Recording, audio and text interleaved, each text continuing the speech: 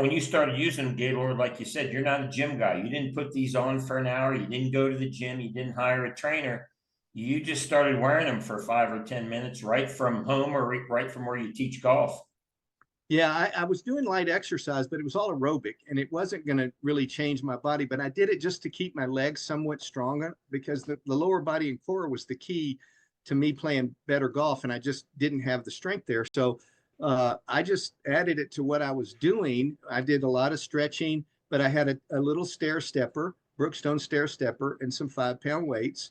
And just putting the bands on and doing the same thing I'd been doing was revolutionary to me. I mean, I'm doing 100 stair steps and I'm doing maybe 30 bicep curls on a alternate basis at my gym, and it was helping a little bit. But the minute I put the bands on and did the same thing, I just went to a whole nother level. Within about 2 to 3 weeks, I started noticing that my hands weren't hurting and my knee pain was going away. And that's when I reached out to you to find out what's causing that. And that's when I understood the power of nitrous oxide, honestly. And it's just revolutionized me. I'm feeling 40 now and playing at a level that I couldn't even imagine 3 years ago.